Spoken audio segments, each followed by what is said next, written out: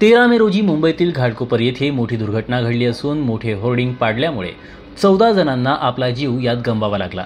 त्यामुळे नंदुरबारमध्ये अशा प्रकारची घटना घडू नये यासाठी 2 नगरपालिका प्रशासनाकडून खबरदारी घेण्यात येत आहे। परंतु नंदुरबार शहरात अनेक ठिकाणी अनधिकृत होर्डिंग व बॅनर लावण्यात आले आहे, परंतु त्यावर नगरपालिके व प्रशासनाकडून कोणतीच कारवाई करताना दिसत आली नाही।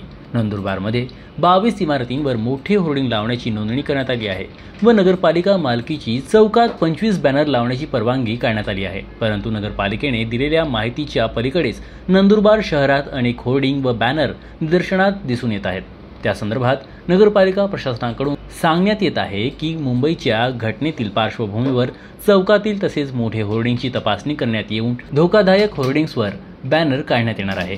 शहरातील चौकांमध्ये जे बॅनर्स लागतात त्याचं देखील आम्ही स्ट्रक्चरल इंजिनियर मार्फत ॲनालिसिस करून घेणार आहोत आणि जे धोकादायक असलेले बॅनर्स किंवा त्याच्या उभारण्या आहेत ते आम्ही काढून टाकणार आहोत।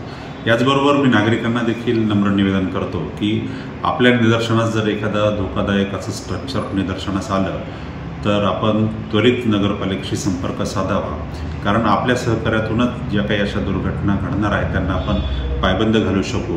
नगरपालिकेला याबाबत नागरिकांनी देखील सहकार्य करावं ही विनंती। नगर परिषद ज्याही होर्डिंग्जना बॅनरना परवानगी देते त्याला QR कोड देत असतं। या QR कोडमध्ये त्यांनी नगरपालिकेकडे किती फी भरलेली आहे, किती तारखेला त्यांना ती परवानगी देण्यात आलेली आहे, त्याची मुदत किती आहे या संदर्भात QR कोडमध्ये ती माहिती असते। QR कोड ज्या बॅनरवरती किंवा होर्डिंगवर असेल ते बॅनर अधिकृत मानलं जातं। कुणीही सामान्य व्यक्ती तो QR कोड स्कॅन करून ती माहिती प्राप्त करून घेऊ शकतं। ज्या बॅनरवरती QR कोड नाही असे बॅनर नगरपालिकेच्या मार्फत आणि एजन्सीच्या मार्फत हटवण्यात येतात। त्यामुळे सद्यस्थितीत तरी अशी अनधिकृत बॅनर्स किंवा होर्डिंग असल्याची नगरपालिकेकडे माहिती नाही।